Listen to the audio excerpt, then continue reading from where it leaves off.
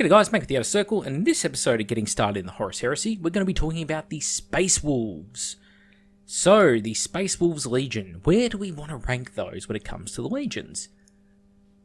Well, they're strong, yes, but they're not flexible. That's probably the big detriment of the Legion. Their Legion trait, Bestial Savagery, is essentially allowing them to kind of what the Grey Slayers had in the previous edition on the whole army, which is you may run and still shoot, only as snapshots, and you can charge in the same turn. Units which cannot run gain +1 weapon skill on any turn in which they successfully charge, and vehicles gain +1 to their ramming strength, so that's nice. They actually got a vehicle bonus, many legions kind of don't. Now, Bestial Savagery is not a terrible rule. It is a very good rule. The problem is, the units that would benefit from it most are things like Cataphracti Terminators. You want to move them fast to get into combat, and you don't get anything from this. So you've then got to rely on you cannot run, so you gain +1 weapon skill on a turn in which you charge. So that's good, but and it's very good in fact, let's not play it down. Weapon skill 5 is awesome on stock Legion Terminators. But it does mean that you're still restricted on mobility for that unit, and all of your buffs for this army are coming from the fact you've got to get into close combat. There is nothing to do with shooting, there's nothing to do with defensiveness or anything like that. That makes it very difficult when you're playing this army because it sort of pigeonholes you into playing a certain way.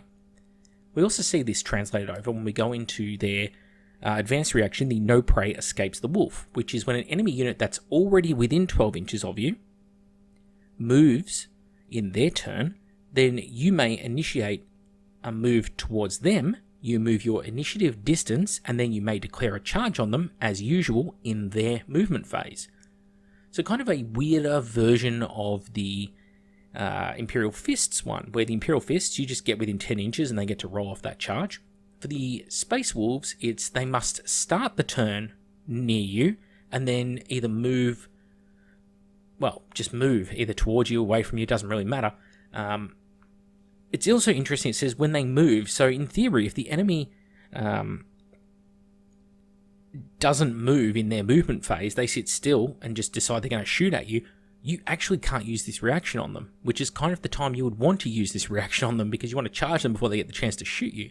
You could have ended up in a position where you're within 12 inches of them because you were tempted to charge them and failed, for instance. So your squad is sitting there drooling in the open, and you're just praying this squad is dumb and moves towards you or away from you or whatever, so you get a chance to try and charge them before they shoot you. But instead, you could end up, 3 inches away from a las cannon heavy support squad, and they're just going to give you an up yours and fire away. And that makes it, I think, a pretty poor advanced reaction because it's relying on them to make really silly moves. And you might get nothing out of this. If they move away from your unit, especially if they're a faster unit, then it might just make it just not worthwhile in general. So going on from there, we get into the Warlord traits. And the Warlord traits are, again, very combat-centric because it's Space Wolves, and they're aimed around improving, in theory, improving the army, but they improve mostly just the Warlord. So, the Howl of Morkai is the first one. Once per battle, you gain +1 strength on all charging units, and you get a free movement reaction. Or you get an extra movement reaction, I should say, on your allocation. +1 strength all charging units? Yeah, that's cool, but once per battle? How many charges are you going to have simultaneously in a battle? Well, you want to try and time it so you've got the most amount of charges possible, right? It's something, I guess, but really, unless your entire army is going for like a turn 2 charge and you're basically going to get everything to charge, it's kind of a middling trait. Because again, a lot of the units that you want to put this on are things like Terminators, okay? And a small strength boost on Terminators is something, but since so many units are already running with Thunderhammers or Power Fists, they're already instant deathing most units.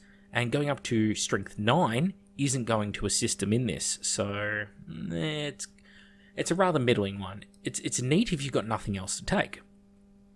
Going into the Hunger of the Void, the Warlord gains a wound whenever he inflicts one in the assault phase on an enemy unit at the end of the phase. So if he gets killed within that phase, too bad he doesn't come back on one wound, and he doesn't pick up those wounds straight away. It's at the end of the assault, so when you've done leadership and all that kind of thing. If he's already on max wounds, he gets +1 attacks and strength for the rest of the turn. So, neat little buff, but it's only the warlord getting it. And you get an additional assault reaction for the army, but again, it's only the warlord here, so you went from one that's whole army, but one turn only, to it's the warlord, and he has to kill something, and he only gets the bonus at the end of the turn. Okay. So, the last warlord trait for the Space Wolves is the Crown Breaker. The warlord and his unit gains preferred enemy. They gain Feel No Pain 5+, and when in assault with an enemy independent character, and that is preferred enemy against independent characters. I should clarify that. So, it's good, but it is a much worse, in fact, version of the Raven Guard Rite of War Decapitation Strike, which grants the whole army preferred enemy against independent characters and their units, with all weapons at all ranges or in close combat. This is the poor man's version of that. The Feel No Pain 5+ is good, but most units that are going to be charging independent characters and having those sustained fights with them are going to have an apothecary in the unit. So, it's a situational benefit. Out of all of these warlord traits, funny enough, the one turn only +1 strength to all charging units is probably the best trait, especially if it's something like dreadnoughts and they've made their way quickly across the battlefield, and you want them to really hit hard because, I don't know, strength 9, brutal 3 wasn't enough. Yeah, okay, sure, make them strength 10. Alright, going on from there, we're going to get into the bizarre Rites of War for the Space Wolves, and they really are kind of bizarre. So, first we have the Black Watch. This one is a really thematic Rite of War, and I really like it for that. But it's a not very good Rite of War.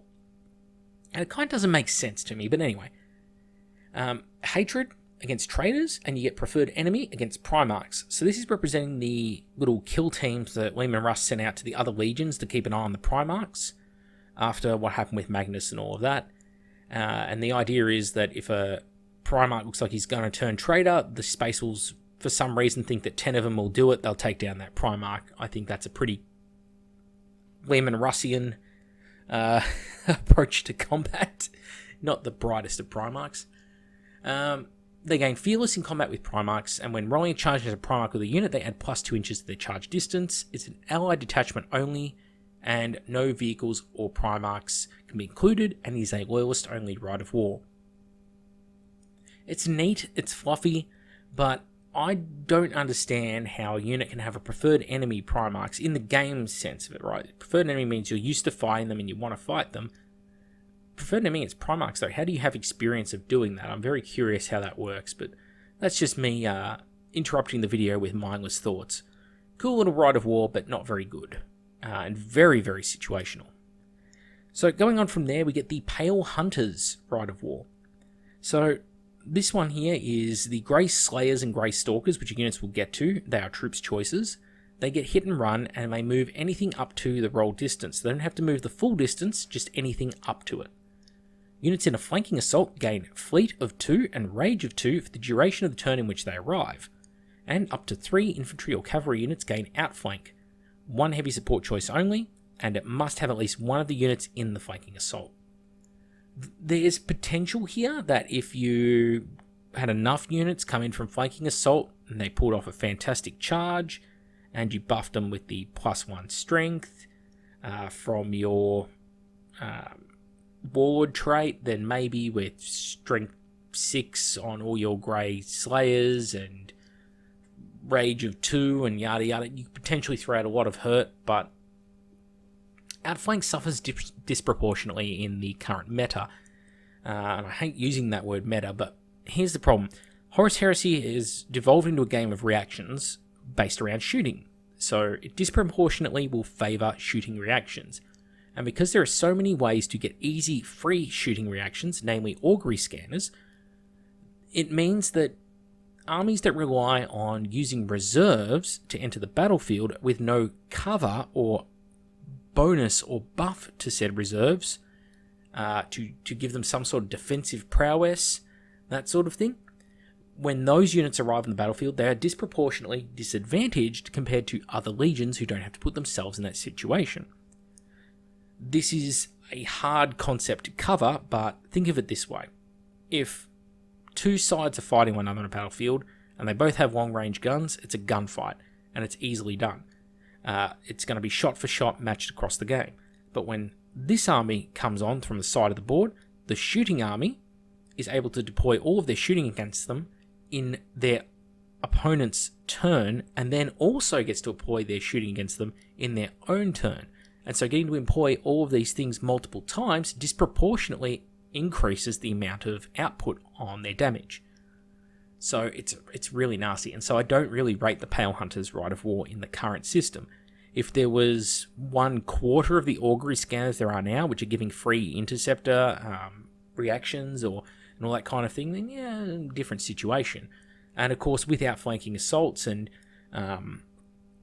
making note of where units are entering the board and such, they can also be more easily countered. There's a lot of things that go into this. So yeah, I don't really like it from just the gameplay mechanics standpoint, I suppose.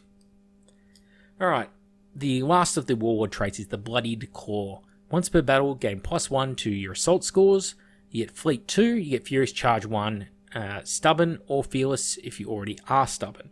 And you get this just army-wide. So the Bloody Claw is already giving you pretty much all of the bonuses of the previous Rite of War, none of the drawbacks. Because during the turn in which you declare this ability, all units that are able to charge must charge. Okay, combine that with the Warlord trait for +1 strength, you may as well. Add that with Furious Charge, enjoy yourself. Probably the best of their Rites of War. I still think the Black Watch is the most thematic and therefore coolest, but this is probably the most workable if you're going to run a specific Rite of War for the Space Wolves. So going on from there, we get into the Legion unique war gear. It seems like a lot to cover here, it's really not. So Fenrisian axes, they are a replacement for a chainsword, they cost 2 points, they add +1 strength, which is better than a chainsword, and Reaping Blow of 1, so in base to base with multiple models you get an additional attack. However, regular chainswords are shredding, so it's either shred or +1 strength, because Reaping Blow isn't always going to work, because you don't always get additional attacks. Now, if Reaping Blow is working, then +1 strength and Reaping Blow is definitely better than shredding attacks. But in general, shredding is better. So in most situations, I don't think the Fenrisian axe is actually worth taking points for points. If a model already has it, cool, but I wouldn't go out of my way to purchase it. Frost Blades. Now, Frost Blades are basically power weapons. They cost you 5 more points and they add +1 strength and Reaping Blow. Now this, on the other hand, is potentially worthwhile. If you have models that already come with power weapons, take Terminators for example, then yeah, 5 points, it's a bargain. But for models that don't come with power weapons and have to pay for them, you could be looking at up to 20 points for the model to get it, 15 for the power weapon, +5 for the upgrade. And for +1 strength and Reaping Blow, that is not a great deal. Now for the characters, they can take the Great Frostblade, which is +2 strength, AP2, and 2-handed. I like that it's an AP2 initiative weapon. It's only +2 strength, so it's not crazy over the top, but it definitely suffers in the current game where there is a lot of really, really strong weaponry out there. But yeah, I think it's a fun and thematic weapon, the Great Frostblade. Going on from there, we get the Ether Rune Armor. 25 points. You gain Artificer Armor, +1 wound, and Adamantium Will 4+, which is actually really strong. I really rate the Ether Rune Armor. I think pretty much anyone is going to go, you know what, for 75 points to equip all 3 of my HQs with this, that is worth it. So, we then get to the Legion unique consoles. There's 3 of them. There's the Legion console, the Pakthen, only 10-point upgrade on a Centurion, you get Counterattack 1 and the Skirmish option. You don't have to take Skirmish, but you get the Skirmish option. It's not too bad. Downside, you can't take a bike. I like the Skirmish. The Skirmish is good. Being able to have that larger unit coherency makes you safer against blasts and template weapons. It also means that when you are attacking in close combat, you've got that greater distance for getting your attacks in. Pretty handy. There's also the Jarl, which I probably should have done first, which is a 10-point Praetor upgrade, and they gain counterattack 2 and the skirmish option, but get to retain all of their war gear options. For 10 points, yeah, that is worth it. Counterattack 2 is solid. It means that you're both nasty on the charge and when charged. Next console is the Speaker of the Dead. 65-point upgrade, Leadership 10, Stubborn, Hatred Everything, you gain a Narthesium, Mastercrafted Power Maul, and you cannot take a Boarding Shield or Lightning Claws. It's a lot of points, but combining Hatred Everything and a Narthesium, that's pretty good. Yeah, I'd have to really rate the Speaker of the Dead. You are paying the points for it, but potentially a massive buffing unit for close combat, which is what makes Space Wolves really strong, because, again, certain Rites of War, that Stubborn's going to become Fearless, and being Leadership 10 anyway, and Stubborn, you're going to fail very few morale checks in a game that is all about morale now. Lastly, we get the Caster of Runes, who's a Librarian analog. 45 points, can get a Psychic Hood for 15 points, which is, funny enough, something a lot of Thousand Suns consoles can't get. Lucky them, hey? Now, they have 2 psychic powers available to them. Well, they also get the basic sort of psychic disciplines and that you would have access to, but in this case, they're going to use the Winds of Fenris powers. The Wrath of Deathwolf is the first one. It's a heavy flamer, has the Force Rule and Deathlook Rate, so it potentially can really buff that heavy flamer's strength right up. And they have Stormwrought, which is you grant Shrouded 5+ to a friendly infantry, cavalry, or dreadnought unit for the rest of the turn. Now, this is pretty good, but they've got to be within 6 inches of you, and if you take the psychic check, you can actually increase it to Shrouded 3+, so it adds a really lacking survivability. But what are you willing to pay for it is the question. Anyway, that takes us to the end of the actual war gear and such. Let's get into the units now, and the units are in a really weird place. So, first up we get the Death Swarm pack. Here you have a unit of essentially destroyers, 175 points, weapon skill 4, ballistic skill 4, strength 4, all the normal things on Sesame Seed Bun, 2 attacks each, and 2 wounds each. Leadership 8. Now, they have a few special rules. They've got counterattack 1 across the board, and they've got Stubborn. They're armed with Bolt Pistol or Power Axe. 30 points per model for an additional 1, though. Even with the Emira class stasis bombs and heavy artificer armor, I don't know. Because a lot of the buffs in this legion are things like, run and charge, or bonuses to fleet and things like that. Well, this unit doesn't take any advantage of any of those legion rules.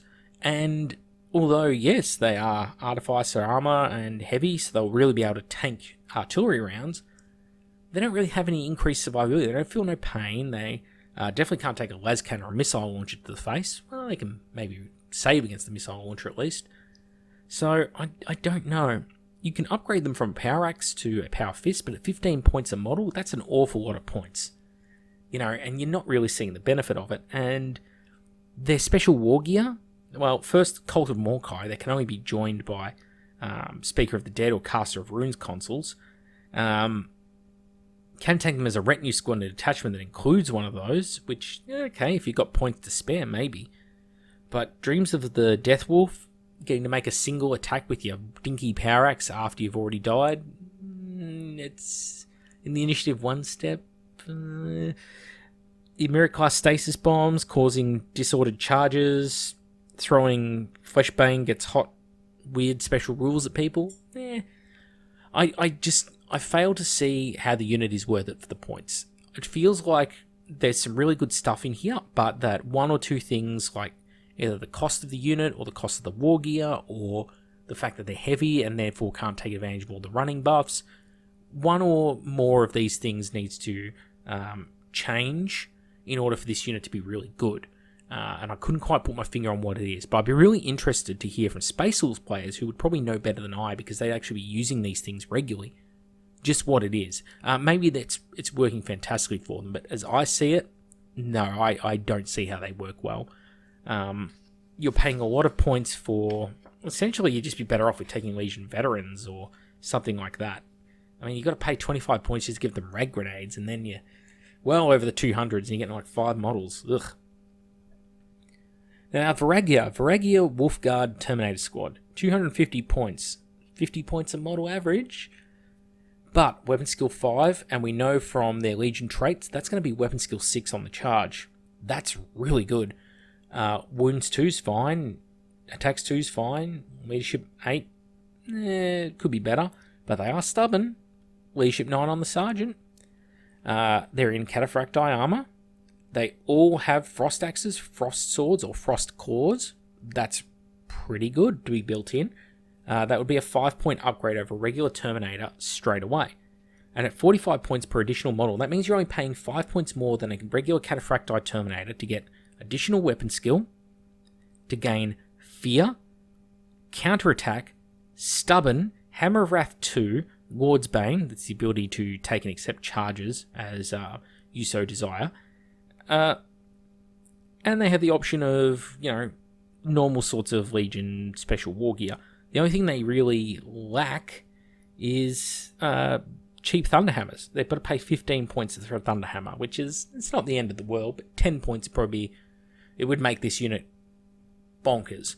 Varagia are way better than Heresy 1.0, and I have to give them a solid recommendation, especially in something like a Pride of the Legion list. These guys are just terrifying. Because, weapon skill 6 on the charge. Don't let them charge you. That is a rookie move, and they're going to be striking with strength 5 on all their attacks thanks to their frost weapons. That's going to potentially go up to strength 6 if you have the buff to your charges from your Warlord.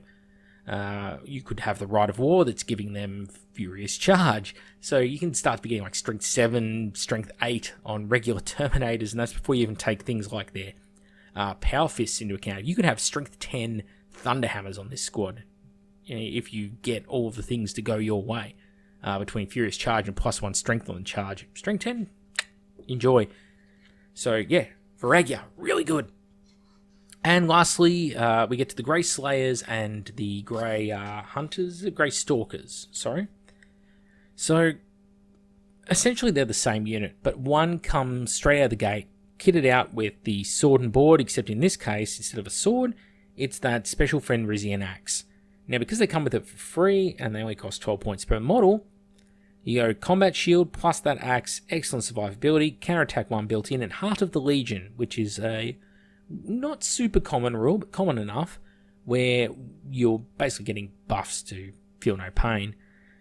So if you get an Apothecary into these squads, boy do they get hard to move, because I think it goes to a 4+ feel no pain when within 6 inches of an objective. So, all really good stuff there. I think the Grey Slayers pack are fantastic, whereas the Grey Stalkers are the tactical squad version of this. So if these guys are despoilers, then the Stalkers are tactical Marines, but the Stalkers are... I don't know. I don't think they're as good as tactical Marines, because most of the things that tactical Marines can... That 2 points is the question. Is it worth it 145 points for a squad versus 100 points a squad? If they're just in your back line to hold an objective and shoot bolt guns occasionally, they're not worth it points-wise, okay? Thematically, fill your boots. I think themes are always great to play too. That's my predominant playstyle, is I always take things that are themed. For those guys, most of the time you can get 3 tactical squads for the price of 2 of those. So if it comes to getting more scoring into your army, that's the route most people are probably going to choose, and this leads to a bit of min-maxing, I'm afraid. But the Grey Slayer packs, on the other hand, they are really cool, and with the combat shields they have versatility and they have durability. Combat shields can tank incoming shooting to some extent. They can definitely fight in close combat. Combine that with an Apothecary, combine that with Heart of the Legion, and Grey Slayers can be a real rock. Whereas, Grey Stalkers, they'll win in a 1v1 fight versus Tactical Marines, but they should. They cost you 45 points more just for the starting squad. Whereas Grey Slayers can actually hold up to some of the weaker Legion Elite special units. So, take that how you will. Anyway, Space Wolves overall as a Legion. Their units have a bit of a mixed personality. They're not quite sure what they want to be or what they want to really excel in. But the ones that do excel, such as the Viragia, do it really well. They have a lot of flavour in their variety of consoles and upgrades to their Praetor, turning them into named Jarls and such. That's pretty cool. The Legion is strong. The whole run and charge in the same turn, it's good. It's good for covering the board really quickly.